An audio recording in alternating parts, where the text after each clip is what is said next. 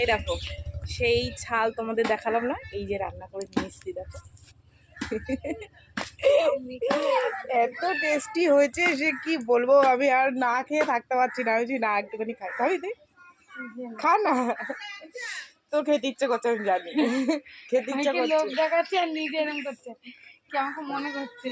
এত টেস্টি কি বলবো বন্ধুরা, সত্যি।